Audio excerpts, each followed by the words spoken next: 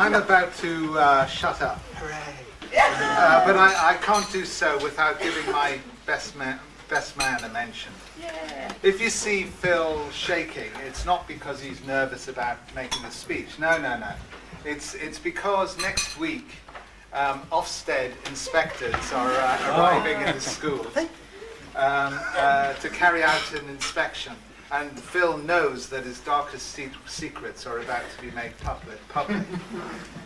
I actually took bets before we came here today whether Phil would do his speech in his usual attire, shorts.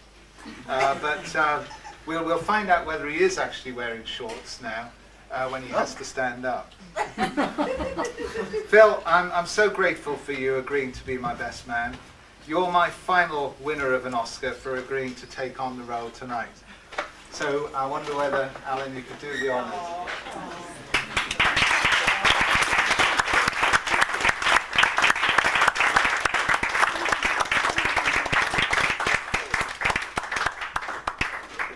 Over to you, Phil. Do your worst. Well, I'd like to thank my family.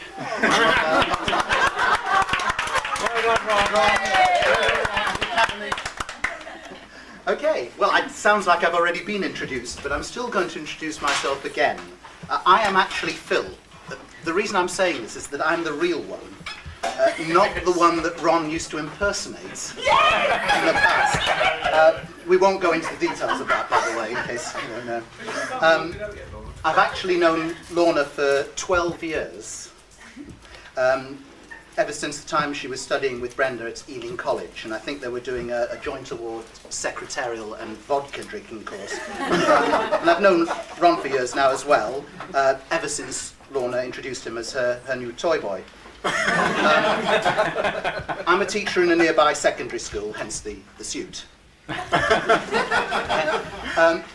However, I assume that my job is not one of the reasons I was chosen to be best man on this occasion. Something to do with being able to speak in public, I don't know. Perhaps Ron thought I wouldn't be too nervous or that I might actually be good at public speaking. As an ex-teacher herself, Lorna will back me up on this. This is very different, from talking in front of a class of teenagers. For a start, I can still see some of you are listening. So, why me? I think the real reason is amongst their friends that they could have chosen, they thought I would be the one least likely to drag up lots of embarrassing stories from their past. Perhaps because I'm too nice, but more likely because I wasn't there, for instance, when Lorna staggered into a Greek restaurant late at night, climbed up on somebody's table. This is what I've heard. Presumably in an attempt to gain a bit of height. Cut several ethnic-looking musical instruments from the ceiling, handed them round the rather bemused diners, and told them in fluent Smirnoff to play something Greek, while she got back on the table and danced. Yeah? Or maybe I was chosen because I wouldn't make jokes at their expense. I'm not the sort of person, really, who would take up John Browning's suggestion, for instance, that we should make the couple walk under an arch of credit cards.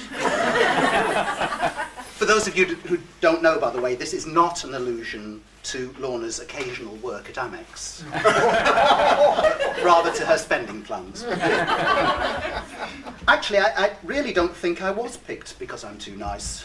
I think it was Ron who selected me, because I don't know any embarrassing stories about him, which unfortunately is true. So, we've got this book here which we're going to pass around. Sorry, that book there. Brenda's got it, typical. And the pen, I hope, as well, so that anybody who doesn't know embarrassing stories can... Even I'll let you know, okay? Nevertheless, I will do my best to embarrass them. Apart from making this speech, my duties so far have been very limited. As the best man, originally second best man, in the old days, I could have been asked to deputise and take Ron's place if he didn't turn up. I was prepared to do my duty, but I'm extremely relieved that Lorna turned up.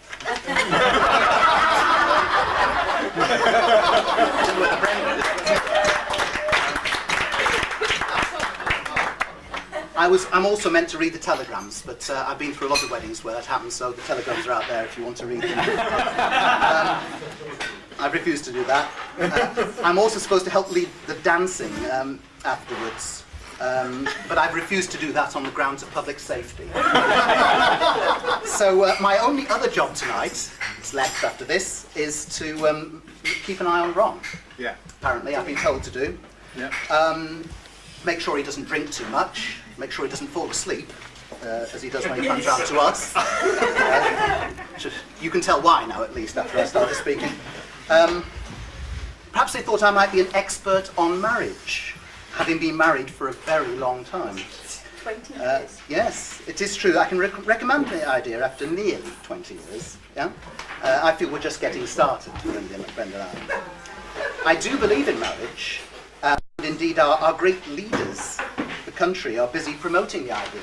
I believe that William Hague, for instance, is pushing the idea of the institution of marriage. So, Lorna and Ron, you're right to get married now before it dies out altogether. But really, I'm not sure there are any experts on marriage. There's no doubt that there have been some true and some witty things said about marriage, but I've managed to avoid those and give you some others. Okay? So that great wit Anonymous said, for instance, that love begins when you sink into his arms and ends with your arms in his sink. This was presumably a quote from a woman, as are virtually all the cynical things said about marriage. For instance, the card on the 10th wedding anniversary from a wife, which read, "Thanks for 3 wonderful years." Mind you, the male chauvinists have had their say too. One of them said that the only really happy people are married women and single men. Mind you, he liked to think of himself as a philosopher, and everybody knows philosophers are people who give helpful advice to people happier than themselves. An outsider's view of marriage comes from a supposed friend of 2 more philosophers, Thomas Carlyle and his wife. He described them as the perfect couple, because if they hadn't been married to each other, 4 people would have been miserable instead of just the 2. In the end, however, I did find something more appropriate, and from an unusual source. Lorna sent me a quote, along with the detailed plans for this speech, in one of her many emails from work. She managed to squeeze out just a little free time from her hectic schedule at Onyx to send me a few quotations from the great and the good, and also from Prince Philip, who is supposed to have said, "When a man opens a car door for his wife, it's either a new car or a new wife." I don't know whether he actually has ever opened a car door in his life, but if you've seen Ron's new Audi, you know what we mean. I'm certainly no expert on weddings either, although I've fought my way through gallons of Liebfraumisch paint stripper and balanced crumbly vol au vents on paper plates with the best of them. But I do seem to have one very useful knack, weddings. Wherever I go, disasters seem to follow me. It's not my fault. I freeze in the church, make my way down this ridiculous lineup they usually have, you know, like an England footballer, shaking hands with all the dignitaries before losing it home to Liechtenstein reserves or Tibet. I pour stale sherry in the plant pots and generally do my best to make polite conversation with other people's relatives. So, I do my bit, and I can't imagine why these disasters keep following me around. Why, for instance, was it at my own wedding that the minister's dog collar fell off? By the way, it makes no difference. It's still legal, I've checked.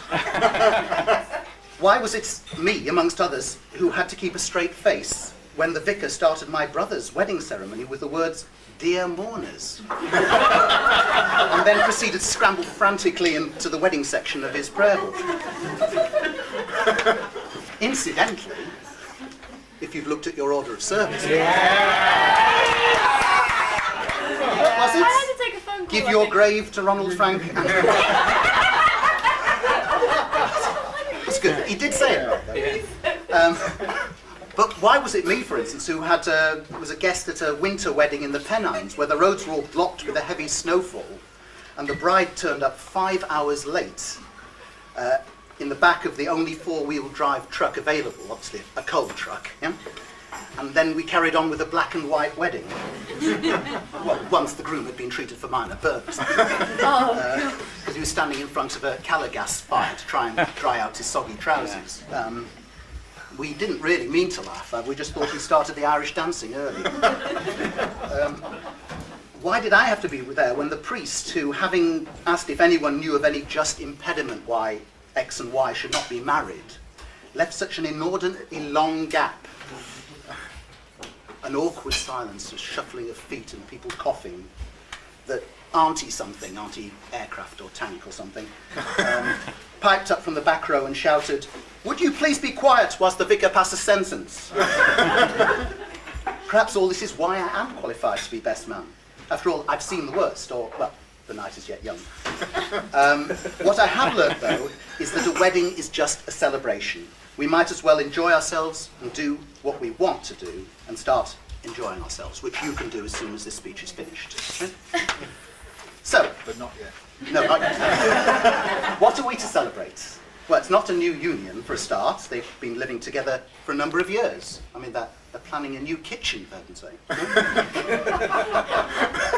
But this is an important day. It marks a major milestone in their relationship, and it provides the opportunity for a lot of drinking. So, we're here to celebrate love. Better paid people than I have defined love, and who am I to argue with them? I do know love is not rational. I hate these people who say, "Why did you fall in love?" Well, obviously, if there was a reason, it wouldn't be love. I'd also like to celebrate two people who are great as individuals, but even better as a couple. I've known Lorna for longer, known her generosity, her liveliness, and her resilience. I've seen a few of her wild moments and heard of a great deal more, and I've seen her grow inwardly, if not upwardly. Okay. I've got to know Ron, seen him relax over the years, become younger, possibly more fun. Here, here. He's always caring, supportive, and he only has two rather conflicting vices, namely sport and Newcastle United. Obviously, he's more amiable on the rare occasions when they win. He's still smiling today, even though they lost. But he hasn't actually gone so far as to wear his hair in dreadlocks. I don't know why. Impossible. But a lot could be made of the age difference, although we're on shaky ground here, mostly because it's impossible to say something nice about one of them without insulting the other. But I suppose I'm bound to say... You couldn't tell who's the eldest, can you? Well, exactly. You see what I mean? But I'm bound to say anyway that whilst it's not entirely irrelevant, age is far less important than things like love, compatibility, income, and so on. Anyway, as far as I'm concerned, they're at the perfect age. They're old enough to know better and young enough to go ahead and do it anyway. So there'll be no ageist jokes from me. Instead, I'd like you to stand and raise your glasses. And Ron, you can take a Sonatigen as well. You can drink this as well, as Peter gives the toast. Oh, well, ladies and gentlemen, so many people have asked me to make one of my famous